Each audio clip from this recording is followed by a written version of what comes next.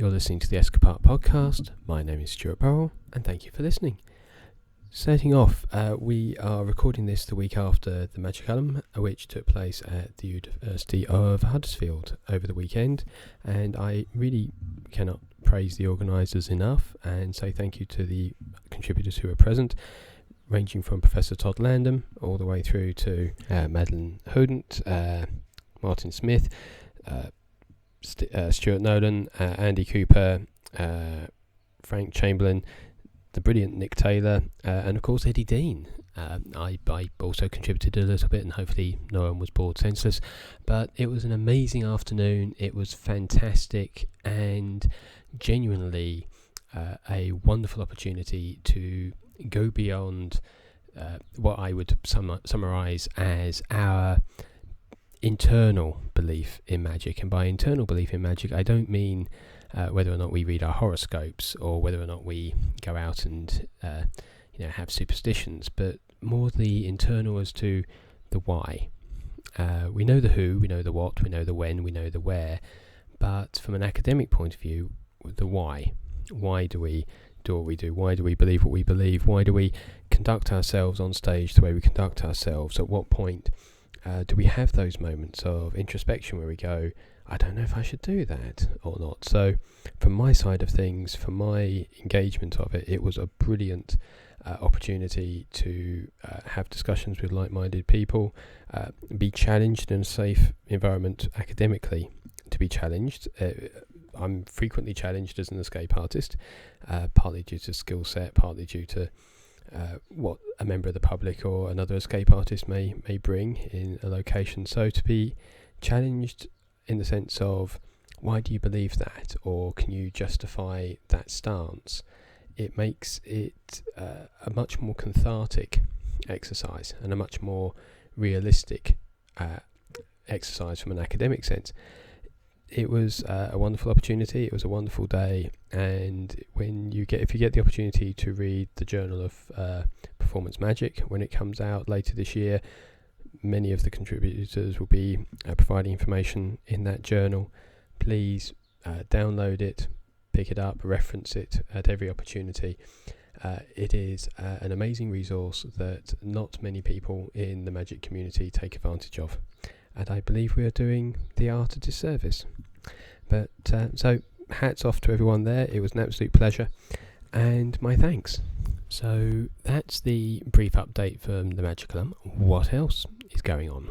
Well, I mentioned a couple of podcasts ago that I was writing a book, and it's a reflection on all the world records that I set. Well, that is just being proofread. It's just having the final tweaks made to it, and hopefully it will be available via Amazon, not just as a Kindle but as a paperback. Hopefully that will be available probably around Christmas time, the way things are going. But if that is possible, then that's a good thing. The book's actually been written for the past 2 years. It's just needed the odd tweak here and there, and it's been helpful for me to reflect on a few things, and that has been cathartic for me. It also gives me the opportunity to pay respects in some parts to people who've helped me, and although they know who they are and I've frequently referenced them, it's nice to put it in print. So that's where we are. That's what we've done. That's what we've been doing. What is to come? Well, I'm going to try and do some fundraising. We haven't fixed a date yet, but this will be for Chelmsford Community Radio in the city of Chelmsford in Essex. Why should this be of interest to anyone overseas or anyone not in Essex? Well, it should be of interest because Chelmsford is where Marconi had his first radio factory, and it was on a radio set from Chelmsford that the fateful ... from the Titanic was received, and it was on a Marconi set, and it has that tangibility to me. It links so much history, and also, given where I was and some of the mentalism and predictive effects, it is good to reference the true history of historical events. And the fundraising, I'm 99% sure I know what it will be. But until I can fix a date, I can't guarantee that. It will probably be over a few hours. But I just need to, because there's lots of things happening in September. There's lots of things happening in August. And I would like to just get them sorted. But hopefully next time we have a podcast, next time we update everybody, I'll be able to promote, plug, and basically become a bit of a nerd about what I'll be doing. The last update for you, because it's a very short podcast. It's only 5 minutes today. The last bit I'm doing is a thank you, because last year I tried to do some fundraising for CCR, and I missed out on a world record with Guinness. And it was only in the process of looking through the book and doing some other bits and bobs that I found out that although I hadn't met the criteria for Guinness, I had actually met the criteria for record setters, which is a completely different organisation to Guinness World Records. But amazingly, I was able to set a world record. So I am now a 13-time world record breaker, world record setter, world record achiever. And as a result of that, I suddenly find myself in a bit of a quandary, especially having come from the Magicalum, where I now have a bit of an alarm bell going, because I've got 13, unlucky for some. I've got a baker's dozen of records. I'm not quite sure what to do. I'm not quite sure how to proceed, because I didn't realise I had a hang-up on the number 13, but I just discovered I do. I now feel compelled to set another world record in order to get beyond number 13. It's ridiculous. It is just a number. It has all the significance of 37 or 82 or 42, and yet we subscribe a different significance to it. But long story short, I will try and break another world record this year. It may be with record setters. Hopefully it will be with Guinness, but I will keep trying, and then I will be hopefully a 14-time world record achiever. Now, that was going to be the end of the podcast. Very short and sweet, half the length of normal. But instead, I have a couple of things I want to address, I want to talk about.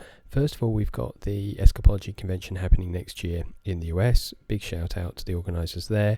Thank you for keeping this going. It's very difficult to organise any form of convention, let alone trying to get the egos of escape artists from around the world to put themselves aside and admit that they do want to travel somewhere else, even though so and so and so and so and so and so may be there, or because so and so and so and so and so and so may be there. And a big shout out to some absent friends I haven't been able to get in touch with recently. No disrespect to you, it's no offence intended. It's purely been we've had some IT issues, and also the workload has been somewhat interesting, as the ancient Chinese curse goes. So all in all, my thanks one more time to the brilliant Nick Taylor for organising the Magicalum, the University of Huddersfield for hosting it, and all the talk speakers there.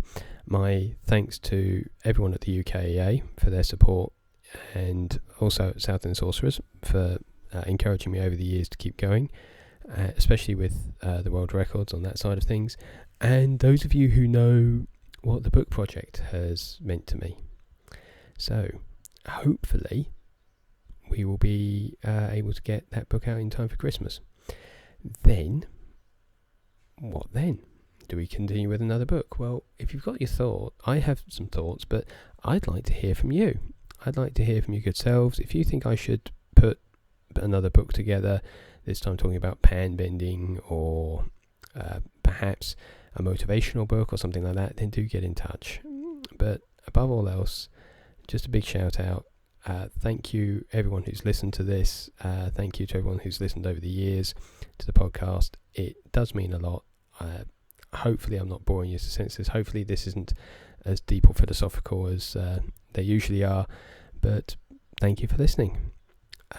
Also, one last thing, I've got an idea for an escape. Well, it's not, well, it's sort of an escape, but it's technical. It's foolish, but also it's going to be art based. It's going to be an art-based escape. Yep, for those of you who had the pleasure of going to see Andy Robertson's wonderful exhibition in Scotland, or those who have seen the Saatchi online, yes, I'm going back to do some more of that. And the reason I'm doing that is it's been 3 years, and I never gave up on it, but those 3 years have been occupied by important things like doing the floor in the house, making sure the garden doesn't disappear into some mysterious well or other cavity that occasionally seems to appear, or a million and one other things, dealing with the day job, that sort of stuff. So I'm going to be trying to get my work in a few exhibitions over the next few months, one of which I'm applying to in the next few weeks, and hopefully I'll be able to update you on the podcast. But the reason I'm doing this isn't trying to put a shot across anyone's bow saying, look, I can do this, I'm brilliant. No, I feel that as we are an art form, we have an obligation to let the artistic world see what we can do. Because the one thing that I took from all my engagements at Doomsday, the Magicalum, UKEA, the last few years, the shows I've done, it's been that when we perform, we are doing more than just acting, we are more than just performing, we are more than just presenting, we are doing something that can only be defined as an art form. So if you're fire breathing, if you're doing a variety of effects that require you to contort yourself in some way, or you're performing doing feats with static electricity or other things like that, then you are being artistic. Do not in any way, shape or form for 1 second allow what you do to be pigeonholed. I know who do those things never would, but it's very easy as an audience member to go, oh, that's brilliant, it's this, and it isn't. If a dissected cow, or the positions of snooker balls on a snooker table, or a picture, a description, and a physical chair are art, then yes, in a heartbeat, a person getting out of a straitjacket is art. A person being handcuffed and getting out of it on film is art. We should, as artists, be willing to embrace that.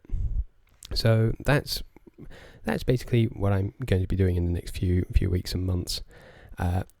Work dependent, obviously. There are things here like the electricity bill, the gas bill, those wonderful things that never seem to appear in children's books. If whoever writes the Ladybird Guide to Budgeting, or the Ladybird Guide to Running a Household, you go to this place and you see, the Ladybird book to Being an Adult, or the Shed, or someone bring out the Ladybird book to Budgeting. Or go to Disney and have Scrooge McDuck do a 90-minute documentary on it again.